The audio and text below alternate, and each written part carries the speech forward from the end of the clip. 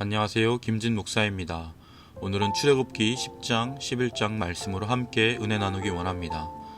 하나님께서는 하나님의 하나님 되심, 세상의 참신이 누구인지, 누가 경배의 대상인지, 예배의 대상인지, 주가 세상의 주인, 역사의 주관자임을 알게 하십니다.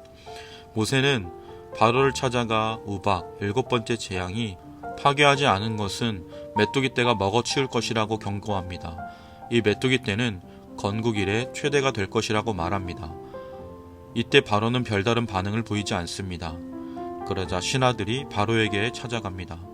이스라엘 때문에 애굽이 망하게 되었으니 빨리 그들을 내보내자 합니다. 바로는 못 이기는 척 모세와 아론을 부릅니다. 모세는 하나님께 예배드리기 위해서는 어린 아이들까지 포함한 이스라엘 백성 모두와 그들의 짐승들까지 같이 가야 한단 말합니다. 바로는 호통을 칩니다. 이스라엘 백성이 돌아오지 않을 것을 예상하고 그로 인한 경제적 손실을 생각하니 화가 치밀었나 봅니다. 그리고 대안을 말합니다. 아이들은 이집트에 두고 어른들만 예배를 드리러 다녀오라는 것입니다. 바로 앞에서 쫓겨나온 모세는 하나님의 말씀대로 팔을 내밀어 하루 종일 동풍을 타고 온 메뚜기 떼를 불러들입니다. 이집트의 모든 농작물을 파괴함으로써 온 땅에 죽음의 그림자를 드리우는 이 재앙의 심판이 이집트의 신들, 생명을 주는 여신 이시스, 곡물을 보호하는 신 세트와 민, 그리고 메뚜기 떼로부터 보호해주는 신으로 섬겼던 세라피아, 이 모든 신들이 하나님 앞에 다 우상이며 부질없는 것들임을 알게 합니다. 세상에는 결코 여호와 하나님과 비교할 만한 신이 없음을 확고히 합니다. 하나님만이 참 신이고 사람들이 숭배하는 신들과 우상들은 모두 인간이 만들어낸 것에 불과하기 때문입니다. 여러분도 알다시피 메뚜기 떼는 최근까지 인류를 괴롭히는 가장 두려운 재앙 중 하나였습니다. 중동 지방에서 메뚜기 떼가 나타나면 보통 1제곱킬로미터당 5천만 마리에 달합니다. 이 메뚜기들은 하루에 10만 톤의 채소와 풀을 먹어치웁니다. 메뚜기 떼는 이집트에 참으로 무시무시한 피해를 입힙니다. 다급해진 바로는 모세를 불러 간곡히 호소합니다. 물론 자신의 죄도 인정합니다.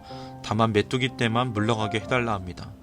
모세는 바로가 위기를 모면하기 위해 임기응변한다는 것을 알았기 때문에 아무 말도 하지 않고 밖으로 나와 메뚜기 떼가 떠나가도록 하나님께 기도드립니다. 모세의 기도에 응답하신 하나님은 메뚜기 떼를 홍해에 집어넣으십니다. 그 후에는 어둠 재앙을, 그리고 그 후에는 장자가 죽어나가는 재앙을 내리십니다. 어둠 재앙 가운데는 어린 아이는 데려가되 양과 소는 놔두라 합니다. 그러나 모세는 안 된다 합니다. 그것은 하나님께 드릴 번제물이라 합니다. 그리고 10번째 장자 재앙, 그 후에야 이스라엘 백성은 애굽을 나옵니다. 애굽 사람들의 폐물을 받아들고 은혜를 입고 나옵니다. 사랑하는 성도 여러분, 하나님께서는 온 우주의 창조주이십니다. 모든 만물을 주관하시는 분입니다. 하나님의 행하심으로 인해 바로만 빼고 모든 이들이 하나님의 하나님 되심을 뼈저리게 알게 됩니다. 인간이 만든 우상이 얼마나 허탄한지 철저히 깨닫습니다. 하나님은 세상이, 열방이 하나님의 하나님 되심을 인정하며 경외하며 예배하며 하나님의 다스림, 하나님의 보호, 하나님의 인도, 하나님의 은혜 안에 거하기를 원하십니다. 하나님을 예배하는 것은 작년만 해서는 안 됩니다. 어린 아이들까지 모든 세대가 하나님의 하나님 되심을 인정하며 하나님을 바로 알고 예배해야 합니다. 우리의 모든 생명과 모든 재물은 하나님의 것이며 하나님을 위해 쓰여야 합니다.